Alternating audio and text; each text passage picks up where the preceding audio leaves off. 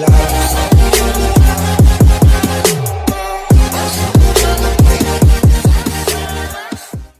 10th class, कैसे हो आप सभी। मैं उम्मीद करती हूँ कि आप सभी अच्छे होंगे और समय पर अपना होमवर्क कर रहे होंगे। बेटा कुछ बच्चे हैं अपना वर्क नहीं करते, वो अपना काम समय पर करें। बेटा आज के वीडियो में हम अपनी जो हमने पहले क्या पढ़ा था, हमारी क्षितिज बुक पढ़ रहे थे हम, जो हमारे यानी 10th क्लास में हमारे दो बुक हैं, दो पुस्तक हैं हमारे पास। एक है क्षितिज भाग 2, एक है कृतिका भाग 2।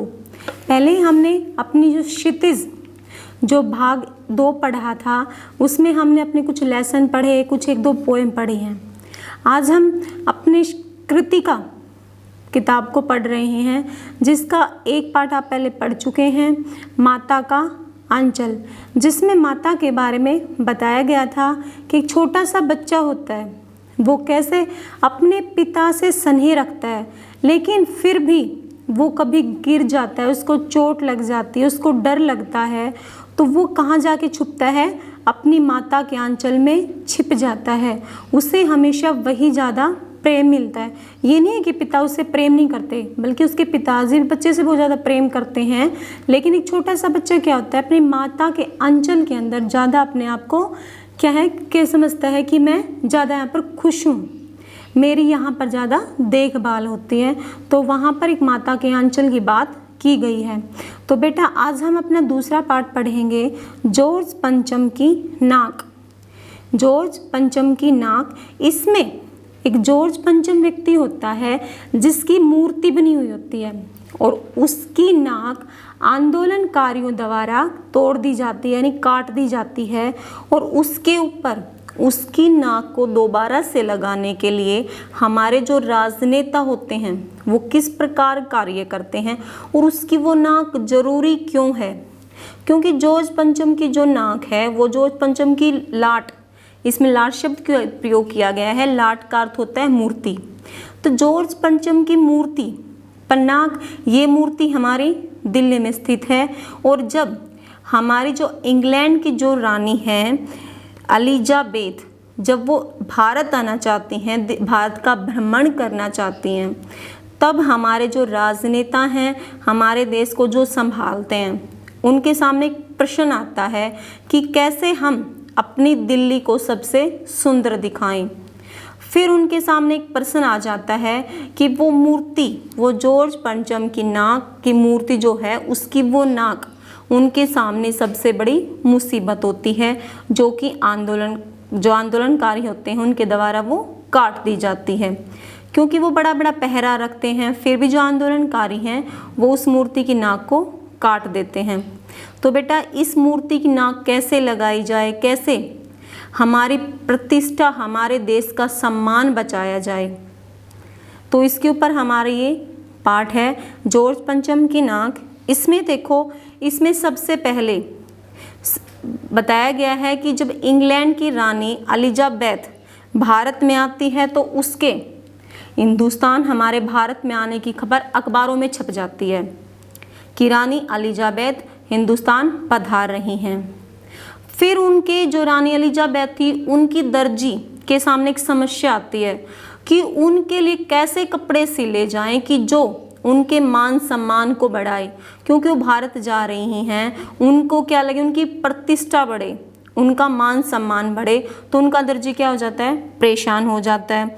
तो उनके लिए वो एक हल्के नीले रंग का सूट सिलता है, जो कपड़ा उन्होंने भारत से ही मंगवाया था, जिसके ऊपर दर्जी ने करीब 400 पाउंड खर्चा आया था उसके ऊपर।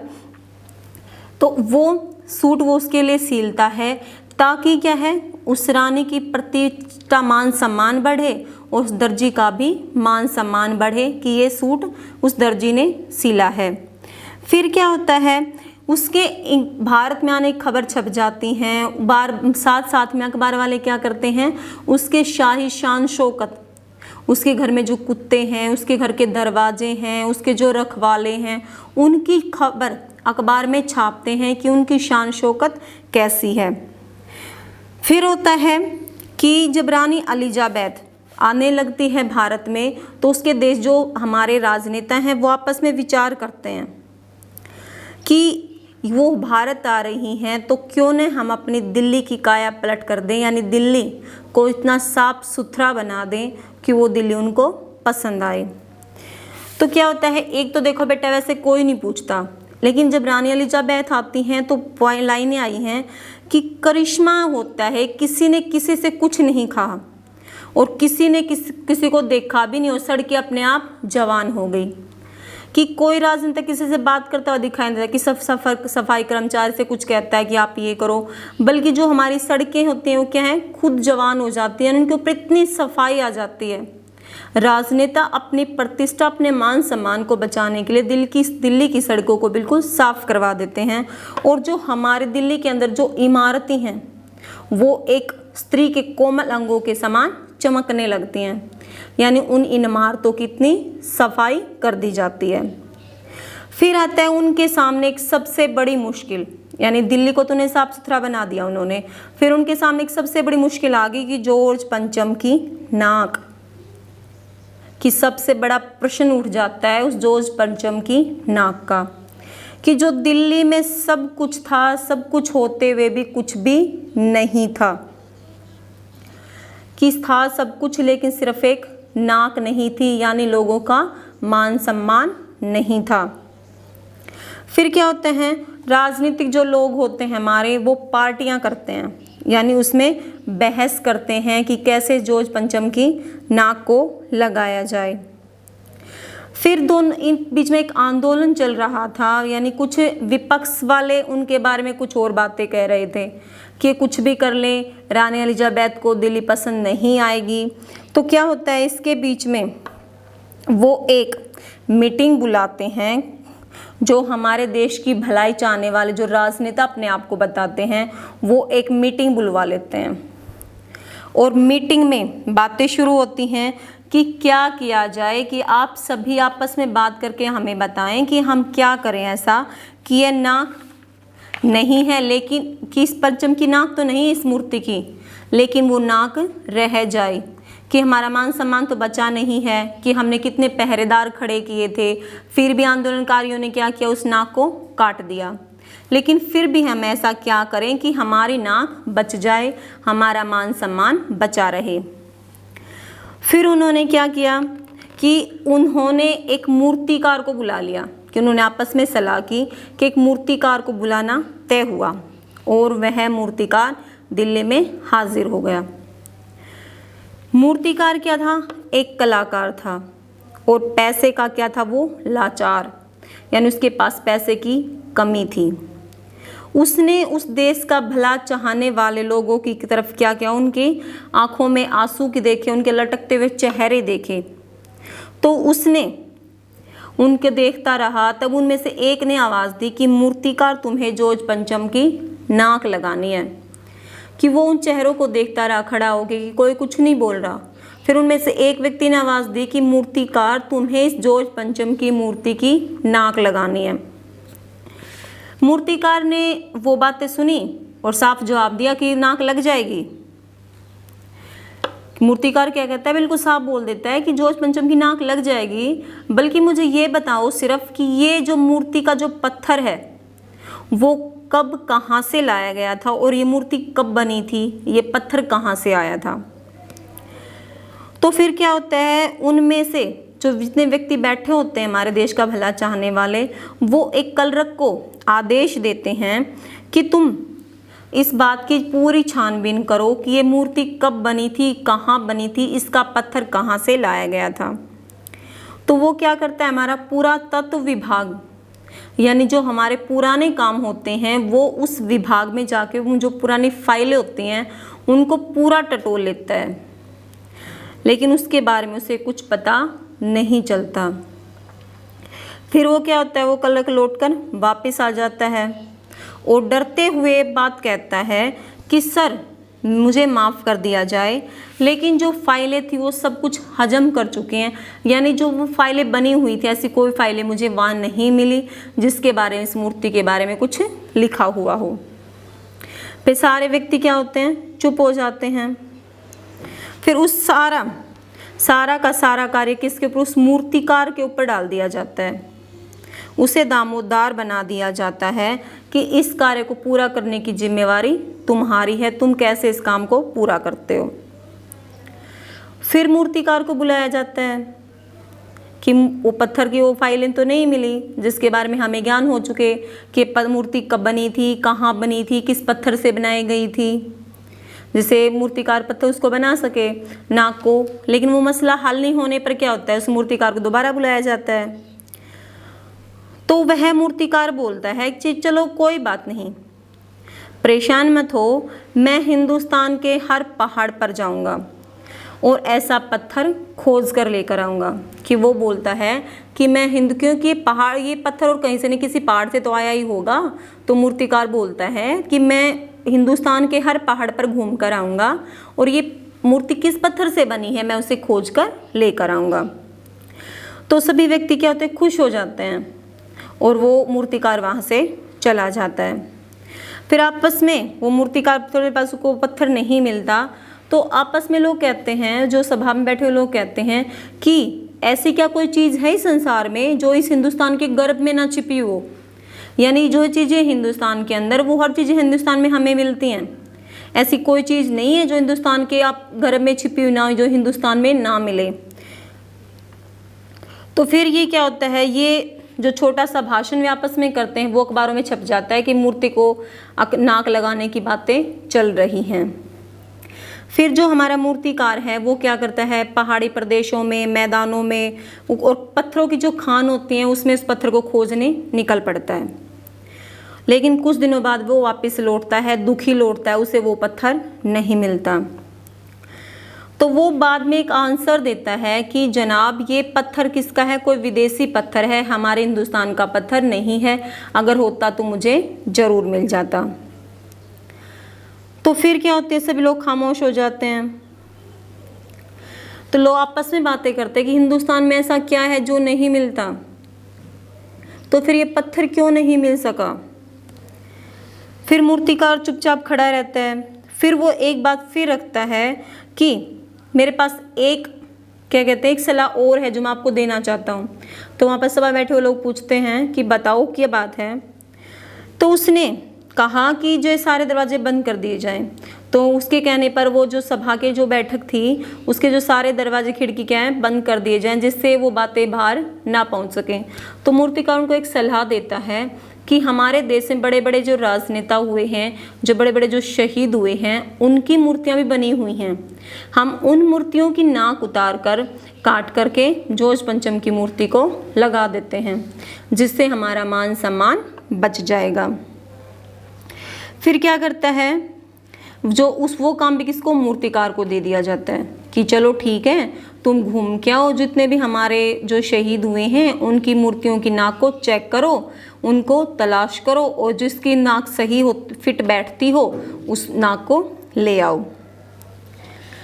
तो वो क्या करता है, दिल्ली से मुंबई पहुंचता है। वहाँ पर वह दादाबाई नौरोजी, गोखले, तिलक आदि की उसने नाक टटोलता है, जो फिट नहीं बैठती उनकी नाक। फिर वो क्या कहता है, गुजरात की ओर भागता है, जहाँ पर सरदार पटेल, महादेव देसाई, विट्ठल भाई आदि की मूर्तियों को ध्यान से देखता है। फिर बंगाल की ओर जाता है, जहाँ पर सुभाष चंद्र बोस, राजा राम मोहन राय, गुरुदेव रविंद्रनाथ आदि की मूर्तियों को देखता है। और फिर वो बिहार की तरफ चला जाता है। ऐसे बिहार से होते हुए वो उत्तर प्रदेश की ओर जा आया, जहाँ पर चंद्रशेखर आजाद, मिसमिल मोतीलाल नेहरू, मदन मोहन मालवीय की मूर्तियों के पास भी गया। लेकिन उसने सभी मूर्तियों को टटोल कर देखा, सभी मूर्तियों की नाक को नापा कि जोज पंचम की मूर्ति की नाक जितनी थी उससे उन मूर्तियों की नाप को नापा गया, लेकिन वो मूर्तियों की नाक जोज पंचम की नाक से लंबी थी, इसलिए उसका काम वहाँ भी नहीं बन पाया। फिर वो क्या करता है, दुखी हो जाता है और फिर वो वापस आता है और फिर सभा बैठे लोगों से बताता है कि वो नाक लंबी थी जिससे मैं उनको नहीं ले आ पाया। तो सभी लोग दुखी हो जाते हैं। फिर उसे एक दिमाग में बात आती है, वो कहता है कि हमारे देश में जो छोटे छोटे शहीद जो बच्चे हुए थे उनकी नाक भी तो हैं, कि वो बच्चे हैं, उनकी नाक छोटी होगी तो उनकी नाक फिट बैठ सकती है। तो क्या कहता है, उनकी नाक तलाश करने के लिए चला जाता है। उन बच्चों की नाक को भी नाप कर देखता है, लेकिन वो नाक भी बड़ी होती हैं। तो क्या करता है, उसके वो काम नहीं चल पाता, फिर वो वापस आ जाता है, लेकिन उसका वो काम नहीं चलता। और उधर क्या होता है, दिल्ली में रानी के आने की तैयारियां शुरू हो जाती हैं। लेकिन सभा में जो बैठे जो लोग थे वो क्या होते हैं, दुखी होते हैं।